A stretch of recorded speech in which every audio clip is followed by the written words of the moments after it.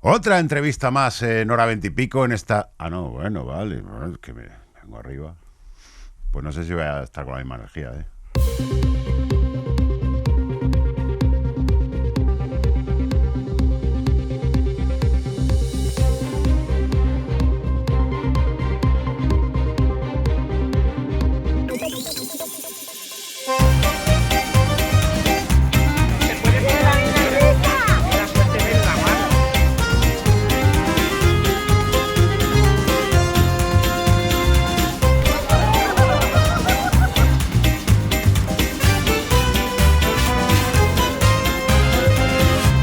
Que le quites la tapa, que no está grabando nada.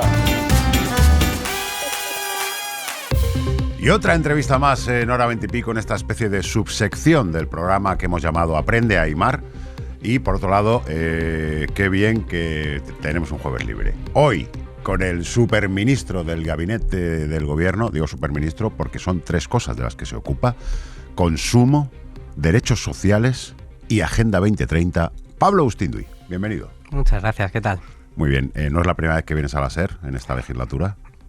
He venido para rodarme, para irme fogueando. Exactamente, he venido a otros programas menores, entre ellos el de Aimar, para estar preparado para la gran entrevista que puede que cambie tu carrera para siempre. Estaba intentando llamar tu atención desesperadamente para que me invitaras, claro. Date cuenta que sois muchos ministros y ministras y muchos desconocidos y desconocidas a los que tenemos que dar visibilidad. Aunque me han dicho que tú no eres el más desconocido. A ver, a veces en política pasa un poco que es que hay como este ranking, ¿no?, de popularidad, como si fuera algo bueno en sí mismo. Yo soy una persona a la que no me gusta mucho la exposición pública y desde luego yo a lo que aspiro es a que se hable y se conozca las políticas públicas y los objetivos que tenemos mucho más que a mí mismo. Claro, no, porque quiero decir, se vive mejor también, ¿no?, cuando no tienes tanta exposición pública, sobre todo si no te gusta, porque me temo que hay perfiles como Óscar Puente, por ejemplo. Le gusta el salseillo, le gusta estar ahí, las redes sociales, se expone y tal.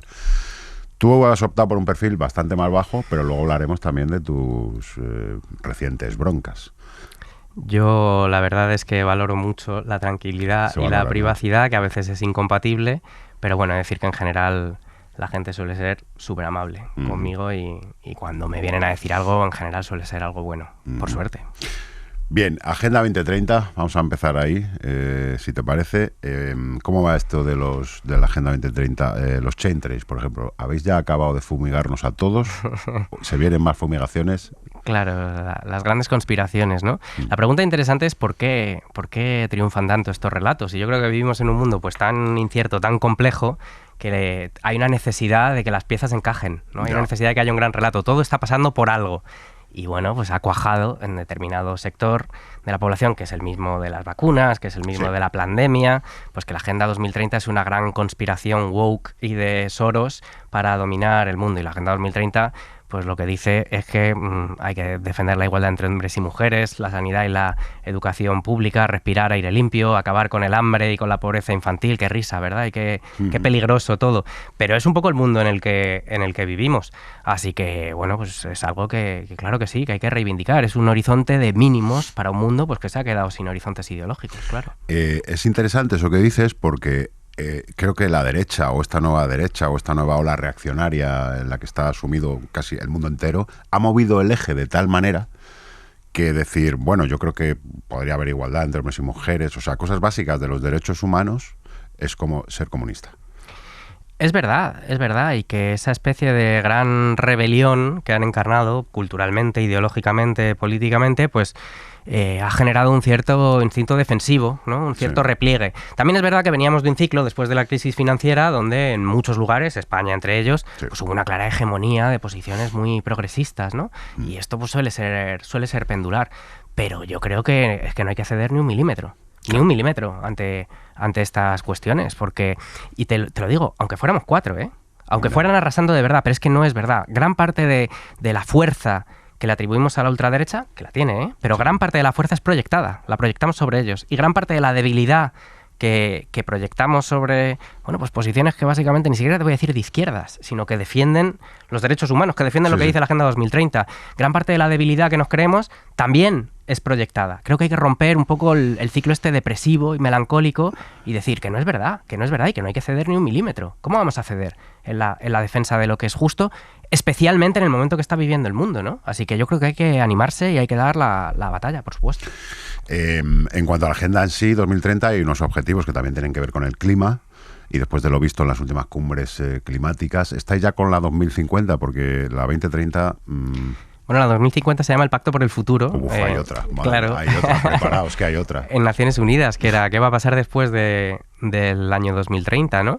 Y bueno, fueron negociaciones complejas, pero protagonizadas además por los países del sur global, y fueron bien. El problema no está en la hoja de ruta. Si es que sabemos la evidencia científica sobre el momento en el que estamos y la evidencia política sobre el hecho de que la única salida pacífica, justa, ordenada al momento de incertidumbre que vivimos pasa por reforzar pues los estados sociales, los derechos universales, ¿no? Pasa pues por eso, por erradicar la pobreza, el hambre, por reconstruir el multilateralismo. Todo eso está claro. Lo que ha cambiado es la correlación de fuerzas y las alianzas de la ultraderecha, que lo que buscan es desmantelar y destruir cada uno de estos puntos, ¿no? Somos muy fan en este programa de los bolis que nos manda la gente, porque la verdad es que hacemos mucho gasto de bolis. Mira, por ejemplo, este de Comisiones Obreras de Paradores. Luego tengo este de Renfe, que se me ha roto. Óscar Puente, se me ha roto. ¿Tienes algún boli de la Agenda 2030? No tenemos bolis de la Agenda 2030. Para que acaben de llamarnos. Pero, mira, tengo un pin. Toma. Toma tu pin. Toma un pin, ¿eh? Que está de moda esto. Pues mira, me lo pondré. Ese es el que lleva el presidente del gobierno. O sea que... Pero este mismo. Se lo has quitado a él. Está sudado. Del Consejo de Ministros. Pedro, dame eso. Oye, muchas gracias. Me lo pondré el lunes. Con todo, yo siempre digo que la Agenda 2030 no es un pin. Es un horizonte político, es un horizonte de civilización para este tiempo. Pero es que vais provocando, es que ya es multicolor, ¿sabes? Ya como diciendo, es ofensivo, ¿verdad? Queréis hacernos a todos bisexuales, claro, y que vayamos en bici en esos barrios de 15 minutos que queréis, que no podremos salir. ¿Cómo le anda la vuelta a todo eso, no? Porque, por ejemplo, la ciudad de los 15 minutos, que es una cosa que pues es bastante razonable, ¿no? Que puedas tener a mano. Entonces ellos lo transforman en vais a vivir en guetos de los que no vais a poder salir. Pero eso es como una maquinaria lógica y de propaganda también, que da igual lo que metas por un lado, por el otro siempre sale lo mismo. Siempre sale un relato de la conspiración, del tal, del cual. Y dan igual cuántas contradicciones implique sobre lo que están haciendo, ¿no? Es que a la derecha en general las contradicciones le dan igual. Claro, las contradicciones le importan un poquito a la izquierda. Una pisonadora, pasa por encima de todo ello. Pero es que no es que le hayan dado la vuelta a la Agenda 2030, es que le han dado la vuelta a Galileo Galilei. Es decir, que estamos en un punto en el que también hay una cierta frustración, yo creo, ¿no? Porque la izquierda siempre ha pretendido ser ilustrada y siempre ha creído que la esfera pública, pues con los argumentos, claro, con la ciencia, pues se acabaría imponiendo en cierto modo, ¿no?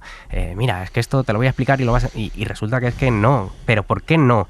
Porque lo que hay detrás son conflictos de intereses, muchas veces. Y económicos, claro. Hombre, evidentemente, y relaciones de poder. Claro. Elon Musk está defendiendo racionalmente una posición en un diálogo. No, está pasando la pisonadora, ¿no?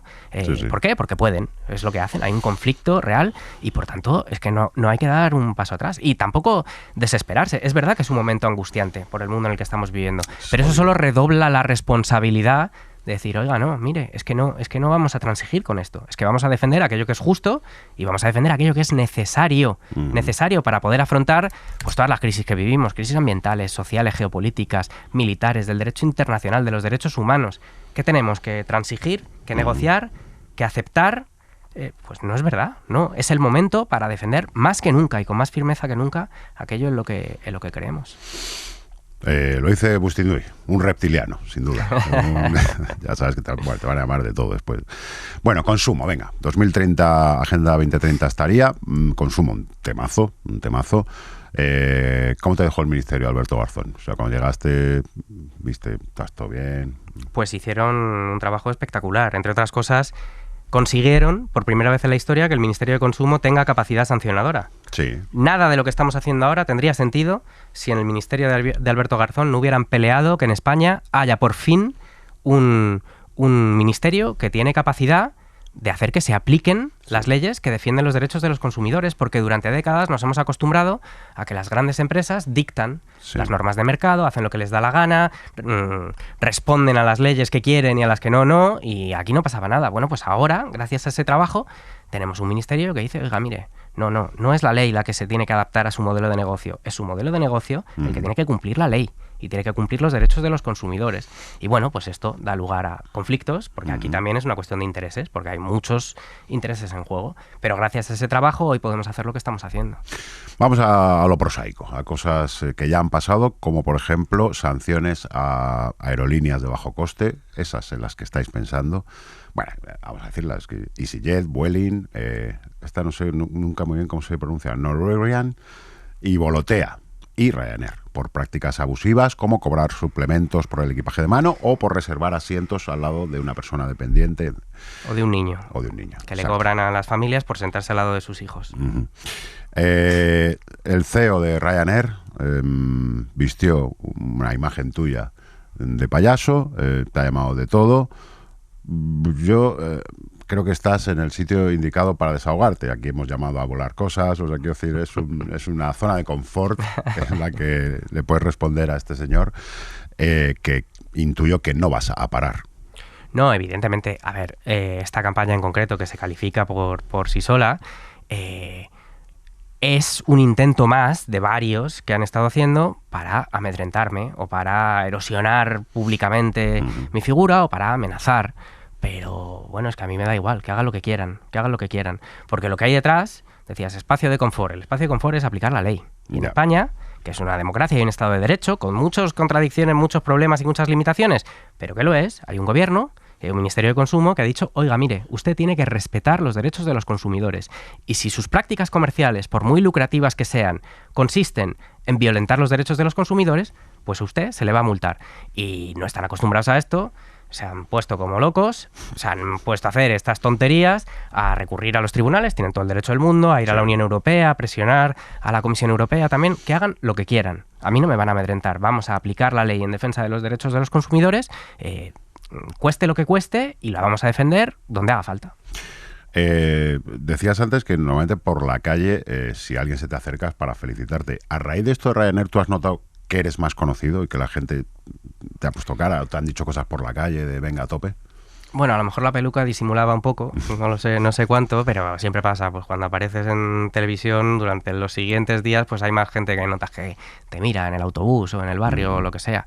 Pero también he de decir que en este tema también te diría que prácticamente el 100% de los mensajes que me han transmitido son de apoyo. Entre otras cosas porque es una cosa que ni siquiera ideológicamente, creo que es transversal, porque todo el mundo se ha sentido en la posición de verse pues humillado y violentado, claro. Violentado porque hay unas reglas arbitrarias o porque la falta de transparencia, ¿no? Que te pones a y el precio que acabas pagando no tiene nada que ver con lo que te han dicho al principio, o eso, las familias. Pero ¿cómo me van a cobrar por sentarme con un niño o una niña pequeña? ¿Cómo van a cobrar a una persona dependiente porque su persona de apoyo se siente a su lado? ¿Pero esto qué es? Es que no puede ser. Entonces yo creo que hay una parte de un sentimiento que es generalizado, aunque alguien luego no esté de acuerdo en nada de lo que piensa conmigo, ¿no? Ya. Pero que dice, hombre, es que ya era hora. Alguien tiene que poner coto, ¿no? Porque si no, pues la voracidad de estos modelos de negocio extraordinariamente lucrativos, pues se hacen a costa pues de los derechos y del trato que reciben los consumidores en España. Y eso se ha acabado. A ver si lo que va a poner de acuerdo a la izquierda y a la derecha en España es el odio a Ryanair. Eso sería bonito, la transversalidad de repente. Bueno, pues algo de la eso, gran coalición, gracias a Ryanair. Algo de eso ha pasado. Ha habido grandes comunicadores y comunicadoras de la derecha y más allá en España, poco sospechosas de estar muy de acuerdo conmigo, que además lo han enfatizado, han dicho, yo con este señor no estoy de acuerdo en nada. Ahora bien, esto también porque hay un elemento de decir, oiga, mire, usted puede defender lo que quiera, usted puede tener todo el dinero del mundo, pero no se puede a un ministro de un gobierno democrático, de un país democrático, esto no se puede hacer, esto no está bien. Y creo que hay una parte también, incluso de la derecha española, que ha reaccionado diciendo, oiga, mire, esto así, por ahí no. Bien, Ryanair no es la única empresa con la que has tenido movidita. También hace unos días dimos la noticia de que el Ministerio abría expedientes sancionadores a empresas de esas que administran viviendas turísticas, cuyo nombre tú no puedes decir, pero yo sí, Airbnb sobre todo, y que podían estar incurriendo en prácticas engañosas. ¿En qué consisten esas multas y por qué tan poco dinero? Hay 2 expedientes sancionadores abiertos que no han concluido, habrá que demostrar, ¿no? Con todas las garantías que los hechos que estamos investigando son, ¿no?, infracciones, constituyen infracciones de las normas, pero hay 2 expedientes. Uno es a una gran plataforma de pisos turísticos por el hecho de que se les informó de que muchos anuncios, miles de anuncios en su web contenían publicidad ilícita porque no reflejaban los números de licencia de estos pisos turísticos y se negaron a retirarlos. Y el segundo expediente es a grandes tenedores, grandes gestoras de pisos turísticos que se hacen pasar por particulares. Entonces tú vas a reservar un alojamiento y ves una foto de una persona o de una pareja y resulta que lo que hay detrás es una gran empresa que puede estar manejando cientos o hasta miles de pisos turísticos en toda España, ¿no? Y bueno, pues los consumidores tienen derecho a información clara y veraz, y sobre todo, que es que nos hemos acostumbrado específicamente en el mercado de la vivienda a la ley de la selva, a las trampas, a que se salgan con la suya y que obtengan unos beneficios extraordinarios con esto, cuando este es uno de los factores que está demostrado, la proliferación descontrolada de pisos turísticos y de pisos turísticos ilegales, que es uno de los factores que tensiona la oferta de vivienda y que hace que los precios suban y que la gente se vea expulsada de sus barrios. Entonces no puede ser. Entonces, dentro de las competencias del Ministerio de Consumo, que son las que son, hemos abierto esos 2 expedientes y tenemos una investigación, que es el paso previo a un expediente, a grandes inmobiliarias por varias razones: fianzas desproporcionadas, utilización fraudulenta de los alquileres de temporada y, sobre todo, que siguen cobrando el mes de honorarios, de costes por la formalización de un contrato a la persona que alquila, cuando la ley de vivienda dice que es el propietario del piso quien tiene que correr con esos gastos. Entonces, en España hay una ley que establece negro sobre blanco, bien clarito, esta cuestión, y las grandes inmobiliarias, aprovechándose de la desesperación de la gente que no consigue encontrar un alquiler o que no puede pagarlo, que de la competencia que hay para conseguir se lo cobra a ellos. Y legalmente, bueno, pues si podemos demostrar que eso es así, vamos a actuar con toda severidad. Nuestra guionista Marina Lobo ha estado esta semana escribiendo a varios anuncios de casas, de alquiler y demás. Te leo la respuesta de una de esas inmobiliarias para justificar las condiciones. 2 meses de fianza, 1 mes corriente y tal, 1 mes de gastos. Tatata es el responsable de hacer el análisis financiero de la ratio de endeudamiento para el arrendamiento, así como también la verificación. Por este servicio existe una retribución económica. O sea, el coladero ahora es, como tengo que hacer un estudio sobre tu perfil, de si vas a pagar el riesgo que hay o no, eso te lo cobro. Claro, consiste en inventarse conceptos, a ser posible lo más arcanos y barrocos posibles. ¿Para qué? Para que acabes pagando tú. Qué casualidad, la misma cantidad que estaban cobrando antes, ¿no? Y que la ley ahora dice que es ilegal. Bueno, pues yo aprovecho este momento para decirle que cualquier persona que se vea en esa situación, que lo denuncie. ¿Dónde? Pues primero a las asociaciones de consumidores, que hacen una labor importantísima de asesoramiento, y a las autoridades de consumo de tu comunidad autónoma, que es la responsable de, en caso de que se esté incumpliendo la ley, de poderlo denunciar. El Ministerio de Consumo puede actuar cuando estas violaciones se producen en varias comunidades autónomas o de forma generalizada. Pero para casos individuales, si te pasa esto, denúncialo a una asociación de consumidores y a las autoridades de consumo de tu comunidad autónoma. Y, por supuesto, se podrá pedir por vía judicial que te reintegren esa cantidad. Claro. Decías antes que, por ejemplo, lo de los alquileres turísticos es uno de los factores que tensiona muchísimo el mercado de la vivienda, tanto alquiler, sobre todo el alquiler, claro. En una ciudad como Madrid está disparatado, o sea, no hay inspecciones, además se calcula que hay, 10.000 pisos turísticos, de los que el 90% serán ilegales y demás. Entonces la gente, claro, igual la comunicación tiene que hacer hincapié en explicar que no es que no quiera el ministro de Consumo que tú alquiles un piso unos días en Alicante, sino que eso está perjudicando a un posible inquilino que quiera vivir allí. Claro, pero es que no se trata de que el modelo original, que era de alquilo una habitación en mi casa, tal, o cuando no estoy porque me voy de vacaciones, alquilo ese piso. No se trata de que la pequeña, la familia que tiene una casa en la playa es y que tal. No se trata de eso. Esto porque pasa un poco como cuando se pone el foco en esa pobre viejecita a la que no le llega la pensión y tiene que alquilar un pisito para... Con una demagogia y con una falta de escrúpulos absoluta, porque de lo que estamos hablando es de grandes fondos de inversión, de empresas que manejan miles de estos pisos turísticos, que compran edificios enteros, que echan a la gente que está viviendo allí y que lo hacen sin cumplir con la normativa. Y lo han hecho con la connivencia de muchas autoridades municipales y autonómicas que han mirado para otro lado, no han hecho nada, no han regulado, o cuando han regulado no se han ocupado de que se cumpla la ley. Esto siempre es complejo de explicar, pero dentro de las competencias del Ministerio de Consumo, que son las que son, ¿no? Sí. Pero estamos encontrando la manera de intentar poner orden aquí, de acabar con este descontrol. No puede ser. Además, con lo que implica la situación de la vivienda ahora mismo para millones de personas en España, no podemos consentir que en el mundo de los pisos turísticos impere la ley de la selva. No se puede consentir. Claro. Pasa que, claro, en un país donde se vive del turismo como se vive, claro, tendrás a mucha gente en contra. Por cierto, ¿esto lo has hablado con Isabel Rodríguez, la ministra de Vivienda? Claro, la ministra de Vivienda ha hecho un registro, el primer registro estatal, para asegurarnos, ¿no?, de cuáles son todos los pisos turísticos legales que tienen licencia. Y eso está en marcha y se están apuntando y está bien. Pero bueno, es que mi obligación es decir, vale, a futuro esto está muy bien. Pero es que, ¿qué pasa con todos los operadores económicos que no están cumpliendo la ley ahora? Es que a cualquier familia, si infringe, o cualquier persona que infrinja una ley, pues bueno, pues se tiene que... Multa y ya está. Pues, y entonces, ¿qué pasa con las grandes empresas? Es lo que decía, hay una cultura de la impunidad asociada al enorme poder, no solo económico, sino también social, que han tenido las grandes empresas. No solo en España, también es algo, desgraciadamente, que ha sucedido en toda Europa y en el mundo.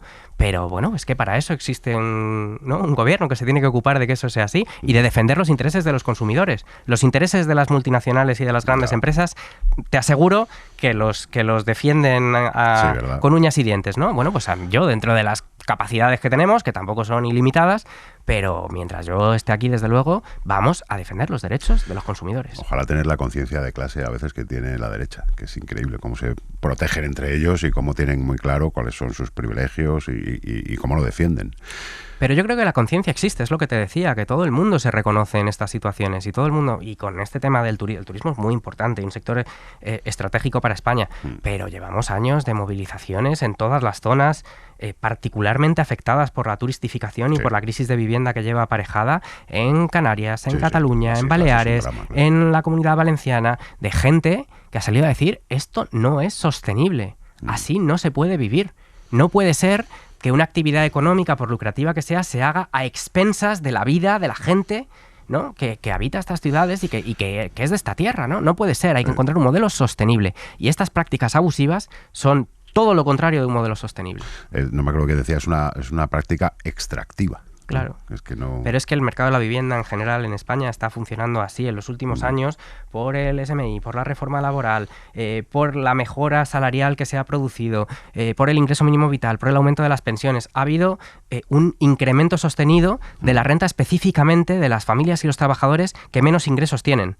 Esto se ha conseguido, por eso se ha reducido la desigualdad en España. ¿Qué pasa? Que la vivienda está funcionando como una aspiradora extractiva de esa riqueza. Si tú cobras más, si te han subido el SMI un 61%, pero te han subido el alquiler más que eso, entonces tu posición en realidad no ha mejorado. La posición que ha mejorado es la del rentista, que está aprovechándose de esa situación para extraerte. Por eso, bueno, pues en este tema hemos planteado que hay que intervenir de verdad políticamente el mercado de la vivienda, ¿no? Que hay que prohibir la compra especulativa de vivienda, que hay que acabar con la impunidad de los pisos turísticos, que hay que implantar un modelo de alquileres indefinidos, por ejemplo, un contrato de alquiler indefinido, es decir, medidas serias para decir, mira, ni la especulación ni el rentismo pueden ser la lógica que rija el mercado de la vivienda, porque es que se está produciendo una violación flagrante de los derechos de la ciudadanía, porque sin vivienda, ¿qué quiere decir el derecho a la salud, a la educación, a la cultura, si no tienes primero una vivienda digna?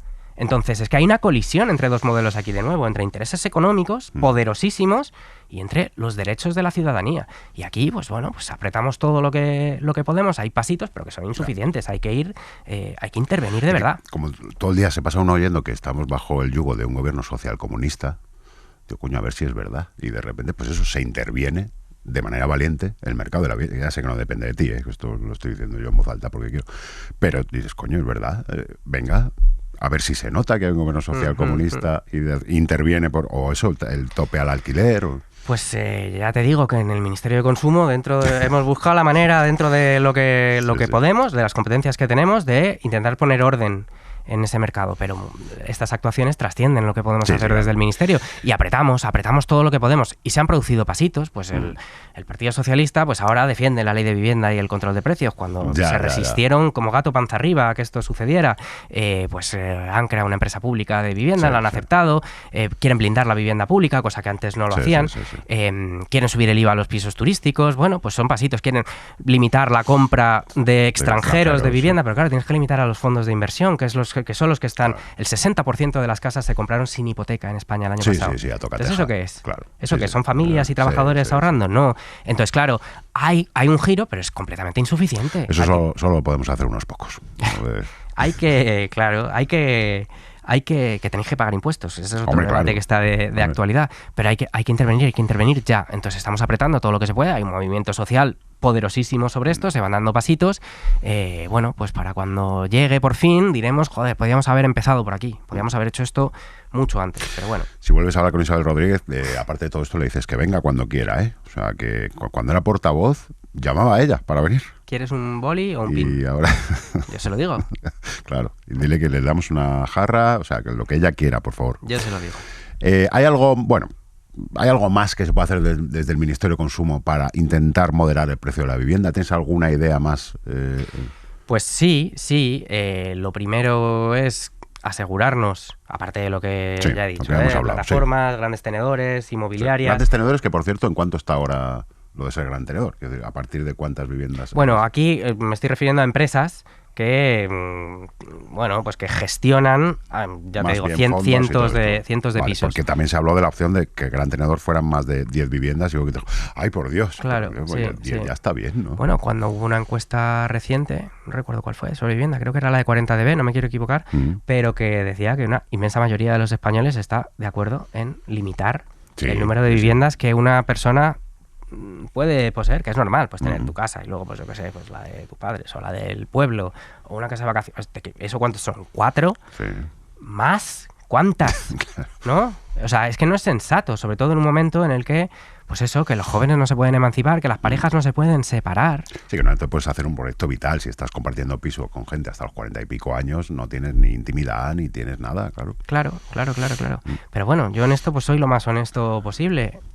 Hace falta que la presión social siga aumentando, claro, y porque es la única manera de conseguirlo. Nosotros apretamos todo lo que podemos, tenemos las medidas identificadas, las defendemos, pero hacemos toda la pedagogía posible, pero es que hay intereses muy poderosos. Es que estamos hablando de que aquí se mueve muchísimo dinero y hace falta, es que siempre es así, ¿no? Pero hace falta mucha presión para conseguir virar un paradigma de políticas de vivienda de hace décadas, décadas, porque siempre se dice la vivienda pública. Yo leía un dato hace poco que decía que si en España no se hubiera privatizado el parque de vivienda pública, tendríamos el parque de vivienda pública mayor de Europa. Más de 5 millones de viviendas. No es verdad que no se haya construido vivienda pública. Lo que pasa es que no se ha blindado. Claro. Es decir... En algunos sitios sí, hay que decir, en Euskadi y Navarra, por ejemplo. Sí. Bueno, es que hay modelos que han funcionado. Y es evidente. Y ahora pasa pues con la ley de vivienda, el control de precios, ¿no? Sí. Hay que esperar para verlo y tal. Pero se aplica en un sitio y, casualidad, en toda España se disparan los precios del alquiler y en Cataluña se mantienen o bajan un poquito. Tienen que bajar más. Pero salta la sorpresa, resulta que limitar los precios de los alquileres hace que bajen los precios de los alquileres y las comunidades del PP se niegan a aplicar la ley de vivienda. Bueno, pues la presión social también tiene que ir a las comunidades autónomas, los gobiernos autonómicos, es decir, usted tiene una ley que permitiría mañana bajar los precios de los alquileres según el índice de precio de referencia y no lo hace porque no quiere, porque está usted defendiendo ese modelo rentista extractivista. Entonces hay que presionar. Cada cual tiene que hacer todo lo que pueda. Yo, desde luego... Hombre, como dijo el otro, cada cual que haga lo que pueda. El que pueda hacer que haga, ¿no? Como... pueda hacer que haga, claro. Sí. Bueno, Ryanair, check. Airbnb, check. ¿Alguna empresa importante, algún otro sector en el que vayáis a meter, que tengáis en el punto de mira, que no sea el Grupo Prisa, por favor? Pues sí. A mí me gustaría que pudiéramos meternos en el mundo de las alarmas y de la publicidad del miedo. Cuidado, que precisamente saltan las alarmas. Saltan las alarmas. Cuidado. Es que es verdad, pero en España hay 27 millones de viviendas, 49 millones de españoles. Y el año pasado las denuncias por usurpación o allanamiento de morada fueron unas 16.000. Sí. Es decir, un 0,06% del total del parque de vivienda. Sí. Es decir, por cada persona afectada por una de estas situaciones tienes que irte a 330.000 personas o algo así. Una de cada 330.000 le afecta a esto. Y sin embargo, en una encuesta reciente, un 20% de la gente pensaba que esto es algo que le puede pasar a cualquiera en cualquier momento, y había una estimación todavía peor que decía que la gente piensa que esto puede afecta a un 50% de la gente en España. Creo que fue Javier Ruiz aquí que dijo: el problema percibido es 900 veces mayor que el problema real. ¿Y esto por qué pasa? Esto pasa pues porque hay todo un dispositivo publicitario basado en la explotación del miedo, en la generación y la explotación del miedo, para construir, bueno, pues eso, de nuevo, un modelo extraordinariamente lucrativo. Y eso no es lícito. No es lícito hacer publicidad que no sea veraz, basada en la explotación del miedo. Y bueno, pues a mí también me gustaría, porque es que además, es que no es verdad, es que España es uno de los países más seguros del mundo. En los índices... Pero claro, controlar eso es casi imposible, ¿no? Porque ¿cómo vas a controlar tú que alguien en publicidad no pueda decir pues ayer bajé al súper y no te lo vas a creer, cuando volví me habían ocupado la casa? Ah, pues a mí no me pasa porque tengo una alarma tal. Bueno, pues es que la publicidad está regulada en muchos ámbitos, como los medicamentos. Mira, otro temazo. La publicidad de los medicamentos, por ejemplo, no puedes decir cualquier cosa. Otro temazo. Uno de los proyectos que tenemos por delante es la prohibición de alimentos insanos dirigida al público infantil.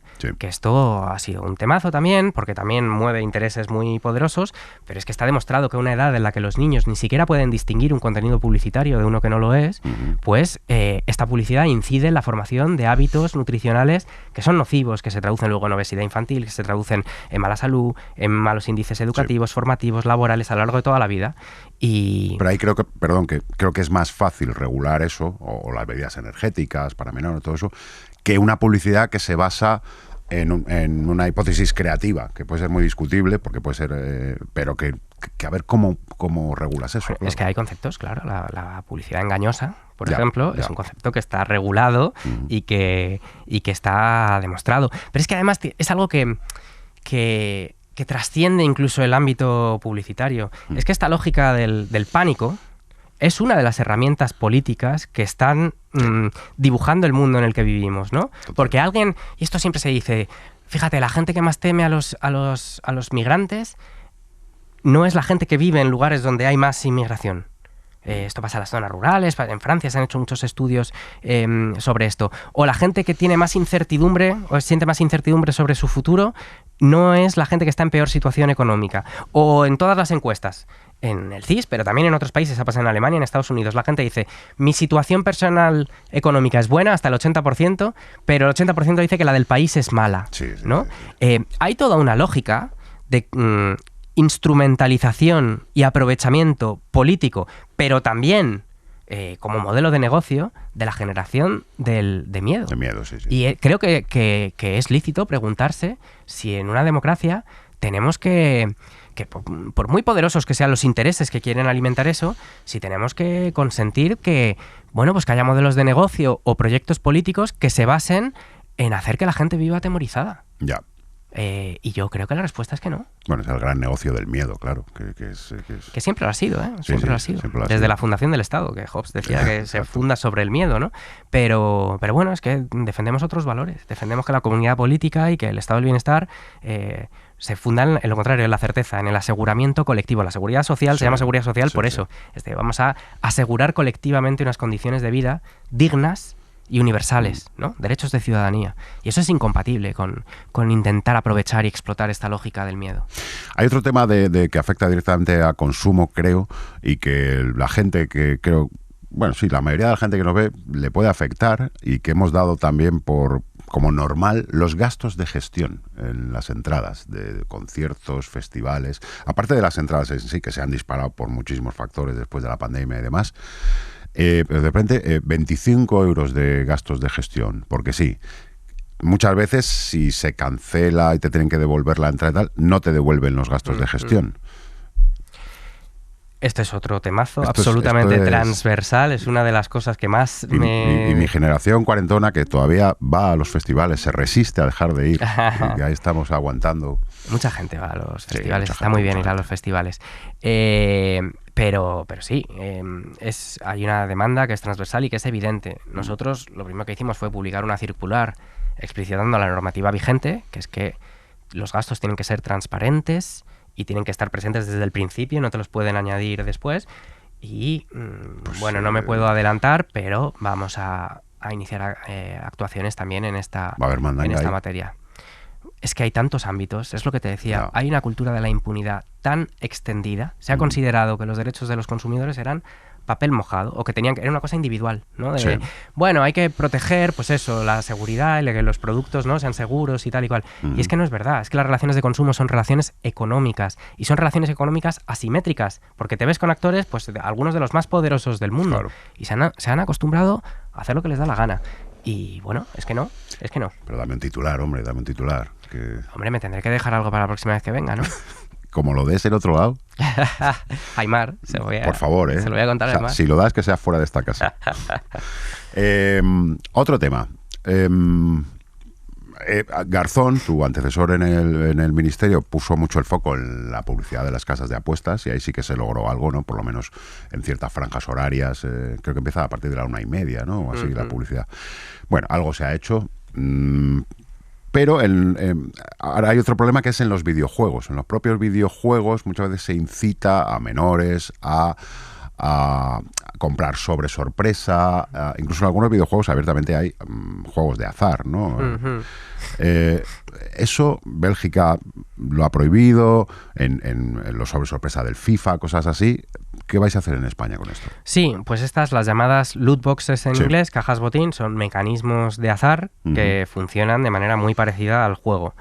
Y que hasta ahora, pues digamos que se han normalizado sin que haya ningún control sobre ello. Y los pocos estudios que hay, uno decía que hace 2 años ya, creo que los datos eran del 23, pero que hasta un 25% de la población menor de 21 años, creo que era, había consumido alguno de estos dispositivos en el año anterior. Entonces es algo que es preocupante. Y lo que hemos introducido es una regulación en un proyecto de ley que está en discusión sobre derechos digitales, y tenemos la intención de regularlo.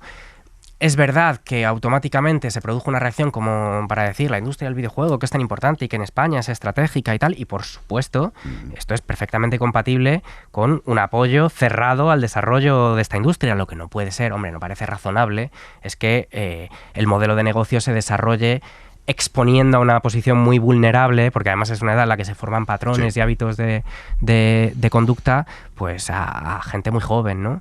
Y por tanto hay una regulación que ya está introducida en este proyecto de ley, y yo espero que se pueda aprobar lo antes posible. Y ya por último, antes hablabas un poco sobre esto, el tema de la obesidad infantil, de los ultraprocesados. Hay un factor económico también importante, que es más barato crear algo ultraprocesado y que es dañino para la salud que un alimento beneficioso. Sí y no. En algunos casos sí, pero también está demostrado que los productos frescos de temporada, sobre todo la fruta y la verdura, las legumbres, no hacen que una dieta sea, ¿no?, que el coste sea mayor. Hace poco presentamos los datos del informe Aladino, que es el informe que estudia la situación de la obesidad infantil en España. Y había una buena noticia, que es que por fin la obesidad infantil había empezado a bajar, 4 puntos, había bajado, pero al mismo tiempo, en la letra pequeña, se veía que esa mejora no es generalizada, no había llegado a las familias con menor renta, con menores ingresos. Hay una variable de clase que es fundamental en esto. Y una de las variables esenciales para intervenir son los comedores escolares. Entonces hemos elaborado un Real Decreto sobre comedores escolares saludables que está en el Consejo de Estado. Esperamos que vuelva muy pronto y que podamos aprobar de manera inminente, que lo que establece es para las 5 comidas a la semana que hacen los niños y las niñas en los comedores escolares, bueno, pues que garanticemos unos mínimos que son los estándares de la Organización Mundial de la Salud. No hay ningún invento, no hay nada. Otra vez la Agenda 2030. El woke, ¿verdad? Que los niños coman sano es woke, es un motivo de de risa y de dominación. Bueno, pues busca sencillamente eso, garantizar pues que tienen una dieta equilibrada, que consumen la proteína, ¿no? La carne, el pescado que está recomendado, también alimentos de temporada, verduras, legumbres, fruta fresca y bueno, es que había datos en ese informe que decían, creo recordar que era que más de la mitad de los niños de hogares con menos ingresos en España, creo que eran menos de 21.000 euros, iban sin desayunar al colegio todos los días. Entonces, que el comedor escolar pueda ser un mínimo espacio de igualación de oportunidades, de garantía de unas condiciones mínimas que haga que la salud de los niños no dependa de en qué barrio viven o en qué familia hayan nacido, sino bueno, que socialmente les garantizamos eso, pues es algo que creo que es de sentido común y que es absolutamente importante hacer. ¿Me estás diciendo que un trozo de telepizza y una Coca-Cola en el comedor no es saludable? Porque aquí en Madrid eso... Claro, es que en todo hay modelos, ¿eh? En todo hay es lo que te decía de la máquina, en la que da igual lo que metas, que te lo defienden, porque es que eso lo han defendido. Niños pobres, ¿eh? Sí, no eran los otros, eran a los niños pobres, telepizza. Bueno, pues es que, claro, pues es lo contrario, asegurar las mismas condiciones para todos los niños independientemente de cuánto dinero tengan sus padres. Bueno, de consumo hemos hablado un rato. Un buen rato. Y ha estado muy bien. Derechos sociales. Y hay algo en lo que tú has defendido y que genera cierto debate en la izquierda, que es la prestación universal por crianza. El debate está en el concepto universal. 200 euros al mes por cada hijo que tengas hasta que cumplan 18. Seas de clase baja, un niño como los que estábamos hablando, o seas hijo de Amancio Ortega. ¿Cómo defiendes tú que eso tenga que ser universal? Pues lo primero con el contexto. 34% de niños y niñas en España en riesgo de exclusión social y de pobreza. Han bajado la pobreza y la desigualdad en todos los sectores sociales a mínimos de la serie histórica, menos en los niños y las niñas. Y esto pasa desde hace décadas. Es una vergüenza, es algo inaceptable. Vale. Entonces, ¿por qué lo defiendo? Lo primero, porque funciona. Existen 17 países y es la manera de llegar a quienes más lo necesitan. ¿Qué ha pasado con el ingreso mínimo vital? ¿Qué pasa con los beneficios fiscales del IRPF por hijo a cargo? Que llegan a las clases medias, esos, por ejemplo, sí. Pero no llegan a las personas más necesitadas porque están desconectadas de los servicios sociales, porque los procedimientos burocráticos son farragosos, porque por mucho que lo agilicemos, no llegamos. Esto llega de manera inmediata y universal. Es eficaz. Reduciría la pobreza infantil hasta en un 50% y la intensidad de la pobreza, que es un factor importantísimo en estas situaciones, porque es la diferencia entre que te puedan comprar un par de zapatos o comer carne y pescado o no, en un 40%. Uno, porque funciona. Dos, porque tenemos que superar un modelo de política social asistencialista, que es la tradición que tenemos. Tú te va mal en la vida, eres pobre, no puedes alimentar a tus hijos, ven al Estado, demuéstranoslo, tráenos los papeles, no sé qué, entonces te damos una ayuda y me tienes que demostrar que sigues. No, queremos crear un derecho de ciudadanía, como es la sanidad, la educación o las pensiones. Y tres, la pregunta, ¿cómo se paga? Y entonces el hijo del CEO de una multinacional. Es que una de las virtudes de los derechos universales es que empujan hacia una reforma fiscal realmente justa, progresiva y paritaria, porque el CEO de una multinacional no va a cobrar la prestación como todos los demás, pero lo que va a hacer es contribuir conforme a su riqueza, su patrimonio y sus ingresos para pagar la suya y la de todos los demás. Claro. Es decir, tú vas a pagar tu prestación y la de todo tu equipo y tus guionistas. Tal cual, ¿eh? Es que es así, es que está inventado. Ya lo estoy haciendo. Entonces, en lugar de decir... Es que es lo contrario, no es decir, bueno, pero si le das lo mismo a dos personas que tienen necesidades desiguales, estás haciendo algo injusto. Es de, no, precisamente generando estos mínimos, que además son perfectamente compatibles con otras prestaciones focalizadas, ¿no? Para las personas más vulnerables, ¿no? Excluye una cosa a la otra. Sí. Pero haciendo esto, precisamente lo que estás es generando la necesidad de tener un sistema fiscal para financiar lo que sea justo y que haga que las personas que no lo necesitan paguen lo de todos los demás. Pero estás generando un derecho.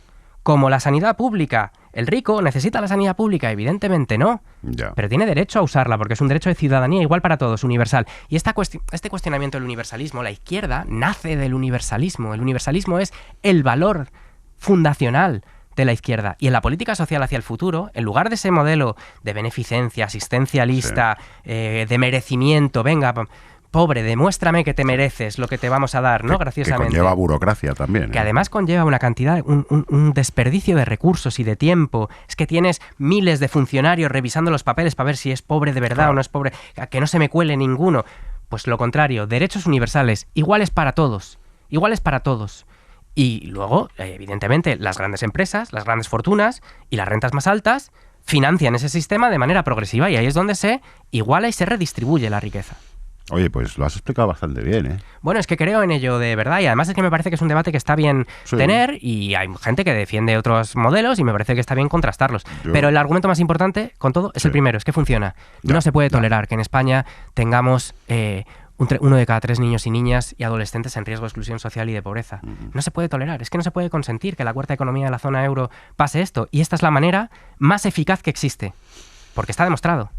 Llevamos ya mucho rato de entrevista y yo quiero hablar de muchas cosas más todavía, así que también hablando de derechos sociales, la dependencia, que es un temazo, la ley de dependencia creo que la saca adelante Zapatero en su momento y también se incorpora como un derecho fundamental del Estado, pero claro, nos estamos yendo a una sociedad donde hay muchas unidades familiares sin hijos, donde la población cada vez vivimos más, afortunadamente, y en fin, estamos más tiempo aquí gastando recursos. Y ¿cómo se va a gestionar eso para que llegue la ley de dependencia a todo el mundo? Claro, la ley de dependencia se aprobó hace 18 años, que también da que pensar, ¿eh?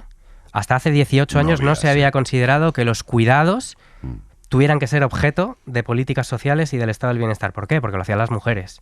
Claro, en casa. Claro. Eso estaban invisibilizado. Hace 18 años. ¿Y qué pasa? Se aprueba la ley, hito, en la política social de España, viene la crisis, viene el PP y desmantelan el sistema. 5.406 millones de euros en recortes. Entonces, un sistema que nacía para abordar unas necesidades inmensas de la población, según nace, el PP lo desmantela, se lo carga. Entonces, desde el año 2020, desde el primer gobierno de coalición, se ha hecho un esfuerzo ímprobo para recuperar la financiación. Se ha multiplicado por 3 desde el año 2014 y estamos en récords históricos. Ahora bien, como decía, las necesidades del sistema son muchísimo mayores que las capacidades que tenemos y solo van a ir a más. Por lo que tú decías, por tendencias demográficas, por cambios en las estructuras familiares. Entonces, lo que estamos haciendo es una reforma de la ley de dependencia, cambiar el modelo, porque ha sido un modelo que se ha centrado mucho en la construcción de grandes residencias. En la pandemia vimos qué es lo que producía eso no es lo que quiere la gente. El 90% de la gente cuando se le pregunta de izquierdas, de derechas, arriba, abajo, dice que quiere envejecer en su casa, en su barrio y con su gente. Bueno, pues estamos virando el modelo hacia un modelo mucho más personalizado y a dar los apoyos para que la gente pueda permanecer en su casa, y eso es teleasistencia, centros de día, un montón de cosas que estamos metiendo en el sistema, y luego hacen falta recursos, y para eso hacen falta los presupuestos generales del Estado, y lo tenemos firmado en el acuerdo de gobierno, seguir incrementando. Aquí pasa una cosa que es, bueno, pues la política, cómo funciona. Yo me reúno con las consejeras de política social del PP y me vienen a decir, mira, es que necesitamos más recursos porque no conseguimos atender a toda la gente que está pidiendo las prestaciones, ¿no? Yo les digo, claro, lo sé, tienes razón. Aquí están los recursos, los presupuestos. No, los presupuestos no te los voto ni en broma. Claro. Porque es un gobierno social comunista ilegítimo y no sé qué. Claro. Y esto pasa con la protección social, con la protección a las familias, pasa con todo. Pero mi obligación es hacer las dos cosas. Vamos a reformar el sistema y a seguir incrementando la financiación, que la otra cosa que hay que pensar es cómo la blindamos, para que no vuelva un Rajoy a considerar que los cuidados y la dependencia es lo primero de lo que se puede prescindir para pagar el rescate de la banca, ¿verdad? Que es lo que pasó. Sí, bueno, y ya vamos a meternos también en cómo acabó el padre de Rajoy. Bueno, es igual. Eso no le va a gustar a Tellado, ¿eh? Eso... Pero a Tellado le gusta algo. Yo me lo pregunto porque, claro, yo estoy sentado y se lo dije un día, le dije, cuando acabe la legislatura te voy a regalar un megáfono. Porque es un comentarismo continuo. Hoy, como todo el mundo sabe, es jueves. Ayer, el miércoles, fue en el Congreso, digamos, tu debut, porque fue la primera vez, creo, que el PP te apeló, ¿no? Te preguntó algo así como, ¿cómo crees que ha sido tu gestión hasta ahora, no? Y hubo que parar, el presidente del Congreso tuvo que parar para llamarle la atención a Tellado, que efectivamente lo tienes aquí y no se calla. Una de las cosas que la gente no se imagina es que en el Congreso se oye todo. Sí. Porque la tele parece más grande, pero en realidad es muy pequeño y tiene muy buena acústica. Entonces, se oye todo lo que... Una vez se hizo famoso el que se jodan, ¿no? Que se gritó desde un... Pero es que se suele oír todo. Médico, todo. Claro, pero cuando tienes a alguien que está a 30 centímetros diciéndote de todo... El objetivo de esto es de todo, perdona, ¿qué? O sea, ¿qué te dice, tío? Esto es como lo que se dice en el campo, ¿no? En el fútbol, pues... Ya, pero... Bueno, pues nada bonito. Pero no es la cosa, es el para qué. Es ¿qué buscan? Pues que te descentres, que te pongan nervioso, que pierdas los papeles, que no digas lo que... ¿Y por qué se han puesto así? Y es la primera vez que el PP me pregunta. Otros grupos sí me habían preguntado, pero el PP en 1 año y medio de política social no ha preguntado nunca. De los WhatsApps del este y el software del otro, todos los días, hasta la sopa. Pero de cosas como la dependencia, la pobreza infantil, la protección social a las familias, la discapacidad, nunca, jamás. Hoy ha sido la primera vez. Ya. Y bueno, es que han venido, pues como siempre, el PP, como si nos hubiéramos olvidado. Y se lo he recordado. De decir, vaya cuajo, vaya audacia hay que tener para que los que desmantelaron la educación y la sanidad pública, la dependencia, que mientras se desahuciaba decenas de miles de familias, estaban con el rescate bancario, cuando Ayuso está asfixiando la sanidad y la educación pública, cuando se han opuesto a la subida de las pensiones, al SMI, a la reducción de jornada, a la ley de familias que he llevado yo, cuando se niegan a aplicar la ley de vivienda, y me vienen a mí ahora a decir que... Entonces se lo he recordado. Y muy bien, pues no les ha sentado y lo han manifestado a su manera, que es gritando. Pero fíjate, más allá de lo que dicen es de, bueno, pues es que ellos están gritando y nosotros gobernando. Y es que eso es lo que en realidad lo que no aceptan, lo que no toleran, ¿no? Pero es que esto lo decidió la gente votando. Y estaban convencidos de que esas elecciones las tenían ganadas. Hay una parte en la izquierda que por este estado de ánimo un poco depresivo y un poco decir, lo dábamos por hecho todos, esto está perdido y vienen y Abascal y no sé qué. Y resulta que no. Y no lo han digerido, Y yo lo que digo es de, bueno, sucedió entonces y va a volver a suceder si hacemos lo que tenemos que hacer y si hacemos las cosas bien. Y por tanto lo que tenemos es la obligación de hacer las cosas bien. Todo el mundo, me lo digo a mí el primero. Pero no hay que tirar la toalla en absoluto. No está escrito esto. Fíjate que es verdad que ese caldo de cultivo que existía, ¿no? Esa especie de ambiente sociológico, bueno, pues estas las vamos a perder. Claro, es que con eso juegan muy bien, con tantos medios a favor y con tanto... Y todas las encuestas que decían, bueno, ¿para qué se va a votar? Claro. Casi era de ¿para qué se va a votar? Si esto está escrito. Sí. Bueno, pues resulta que no. Y ha pasado en muchos otros sitios, pasó en Francia en las elecciones, pasó en un montón de sitios ha pasado. Y oye... Es que si viviéramos en una situación normal ya no tendría sentido el derrotismo. Pero viviendo el momento en el que estamos, con lo que nos estamos jugando a todos los niveles, en España, en Europa, en el mundo, y luego nos pasa esa cosa que es verdad que aquí tenemos la sensación de estar hechos unos zorros, de que no se quede, que el gobierno va mucho más despacio de lo que debería, que es verdad, de que fíjate la izquierda y la división y estos los otros y que viene la derecha y que no sé qué, pero luego miras alrededor, yo que he vivido por ahí, que tengo amigos dispersos por el mundo, ven a España como una excepción absoluta y como un referente absoluto, la última línea de resistencia. Es que hemos ido esquivando la bala. Sí, pero ahí estamos, Y ha sido un ciclo larguísimo de movilización de la izquierda, evidentemente, pues con altibajos, con muchos problemas, con contradicciones, con errores enormes, pero estamos en el gobierno de España intentando tirar todo lo que podemos del gobierno hacia la dirección que hay que seguir, cerrándole el paso a la ultraderecha, y dispuestos a dar la pelea que sea necesaria, porque es que nos va la vida en ello. Sí. Convengamos también que hemos tenido suerte al tener la ultraderecha probablemente más lerda de Europa y una de las más lerdas del mundo. Eso ayuda bastante, porque en Francia han sido un poco más listos y han disimulado un poco... Bueno, no se han metido en ciertos jardines que no les aportan nada ya. Por ejemplo, es una ultraderecha que no es proteccionista, la de España. O sea, que está de acuerdo con aranceles. Claro. Es antipatriota. Pero fíjate, cuando hubo las protestas de los agricultores del campo por la inflación y la crisis de Ucrania, etcétera, la ultraderecha fue allí como un parásito, como hace siempre, a articularlo y precisamente decir es la Agenda 2030. Claro. Ahora vienen los aranceles al campo en España y estos señores ¿qué dicen? Claro. ¿Es la Agenda 2030? ¿Quién va a ponerle aranceles al campo español? Pero ahí no están. Y yo hoy se lo decía al PP también, Es que claro, la ultraderecha, Alemania, ¿está bien pactar con la ultraderecha o no? Porque, claro, es que no lo explican. ¿Los aranceles están bien o no? ¿Perseguir a las personas migrantes y a las personas trans está bien o no? Es que es el PP. ¿Subir las pensiones estaba bien cuando votaron en contra? Luego la semana siguiente ya sí, ¿no? Mazón, la gestión que ha hecho de la Dana, ¿ha estado bien o no? Y el PP, pues, tira para adelante sin tener pensando que no tienen que dar ninguna explicación sobre nada de todo esto, ¿no? Dicen, no, es todo culpa de Pedro Sánchez. Mire, es que tenemos la derecha que tenemos. O sea, que a veces es que exageran. Bueno, hablemos un poquito de la izquierda también. ¿Has ido a Garibaldi? ¿Has estado en la taberna Garibaldi? Dentro no, pero pasé el otro día por delante. Sí. Es muy bonita por fuera. Hombre, es un local clásico, histórico. Yo me alegro muchísimo de que siga esos funcionando. azulejos ahí, pero no has entrado, ¿no? No he tenido ocasión todavía, pero iré encantado, claro. Vale. Sí, No, sí. es que ahora ir o no a Garibaldi es tomar partido, ya lo sabes. Tuviste un peso importante en Podemos, ahora eres ministro vía Sumar. ¿No podías tú mediar ahí un poco para que dejen de hacer el ridículo? Que hay gente que lo pasamos mal. Decía, tenemos la derecha que tenemos la izquierda que tenemos también. Vamos a ver.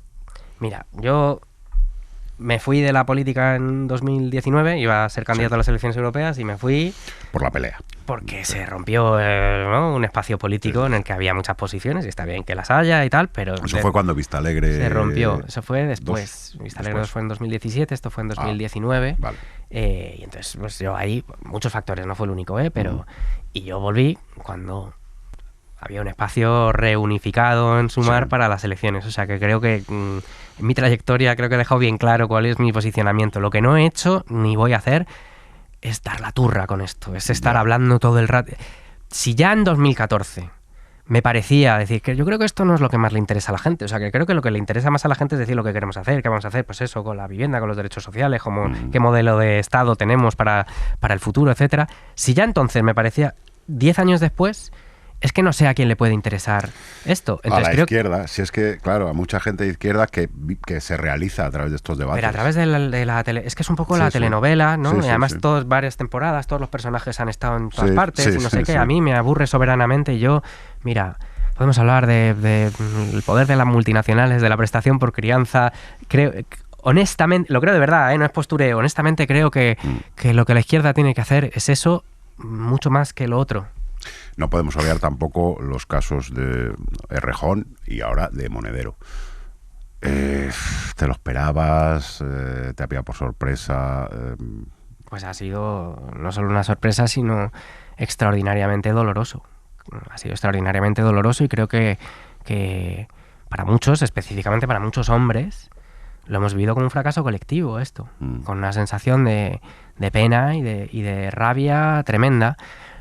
Lo que no quita que haya a la vez, bueno, pues una parte que dice, joder, pues por fin, ¿no? O sea, que estas cosas salgan y que salgan con todas las consecuencias y con todas las responsabilidades que hay que asumir y que pongan de relieve pues que necesitamos protocolos que funcionen, espacios seguros, que necesitamos implicación de los hombres, ¿no? Que en todos en los partidos de izquierdas y en todos los espacios sociales, ¿no? Y tiene que salir todo y todas las denuncias tienen que ser atendidas y todas las víctimas tienen que ser apoyadas y tenemos que aprender algo de todo esto, ¿no? Y tenga el coste que tenga, que esta es otra cuestión. Bueno, pues hay una parte, yo creo que pues dentro de algo tan feo y tan doloroso cuesta, ¿no? Pero creo que hay una parte que es positiva y que es el resultado pues de una lucha incesante del movimiento feminista en España, que se cristalizan estas cosas que, bueno, que por lo menos ahora ya empiezan a salir y que se acaba la cultura del silencio y de la impunidad, a ver si conseguimos evitar tener que llegar a ese punto, a ver si se pueden hacer las cosas un poquito mejor, y lo digo en primera persona, creo que es una reflexión que se aplica por igual a todos los hombres de izquierdas en particular. He dejado lo más importante para el final. Tú y yo, una vez, hace tiempo, jugamos al pádel. Pero ninguno nos acordamos de qué pasó. No nos acordamos. Es que había mucha estrellita, ¿eh? Sí, era el Cosmos de Pelé, eso un poco. Sí, estaba allí, bueno, pues gente, en fin, gentuza. Yo le lancé un reto hace tiempo a Pablo Iglesias, que también ha empezado a darle al pádel, de un día elegir cada uno a un compañero de pareja y echar un partido. ¿Querrías ser mi compañero de pareja en pádel para enfrentarnos a Pablo Iglesias? ¿Y quién es su compañero? No lo sé, él lo tiene que decir. Yo intuyo que va a ser Facu Díaz, pero... Yo voy encantado, aunque es verdad que el pádel nunca he sido muy ducho en ello. De hecho, ahora nado. Es una cosa como mucho más contemplativa y más tal. Pero yo encantado. Voy donde yo no me acuerdo falta. del resultado, pero no recuerdo que jugaras mal, ¿eh? Bueno, yo soy correoso. Siempre estoy ahí encordiando un poquillo. Pero perfecto, bueno. porque yo no. Entonces eso compensa muy bien a la pareja. Yo no te recuerdo como muy dinámico. No, por eso. Pero impones. Sí, tengo la teoría de que cuanto menos corras en pádel, mejor. Porque es que sabes colocarte mejor. Los buenos no corren, eso es verdad. Claro. Eso, sí, Entonces, sí. Pablo, hay que dar el guante. Pablo Iglesias, elige pareja, elige día y hora. Nos da igual ir a tu urbanización. Y ya por último, ¿sabes cómo te llaman los cabrones de mis guionistas? Que son unos cabrones, son una gentuza, ¿sabes? Que le ponen motes a todo el mundo. Sí. ¿Sabes? Lo has puesto tú. Priti Sánchez. No, han sido estos. Y ya con esto acabamos, ¿eh? Bustín Duende. ¿Bustín Duende? Sí. Pues oye, es bonito. ¿Te gusta? Hombre, claro. Pues habéis librado otra vez. Pero tener duende, además el duende viene del flamenco y de todo esto. O sea, es fenomenal, claro. Es que te lo has tomado mal. Pablo, muchas gracias. Bueno, un placer. Un gusto. Venga. Pedazo de entrevista. Héctor, ¿a qué hora era la entrevista con Bustinduy, tío? Se acaba de ir, tío. Pero Me estás contando. Pero si habíamos hablado de esto, tío. que es el ministro de Consumo, claro. Sí. Se me ha pasado, Fernando. ¿Se te ha pasado? Se me ha pasado, tío. A ver si vas a consumir otra cosa hoy, tío. No, No tío, me se jodas. me ha pasado, de verdad. Perdóname, joder. Es verdad que tú tienes un programa de consumo, coño. Ser consumidor. Sí.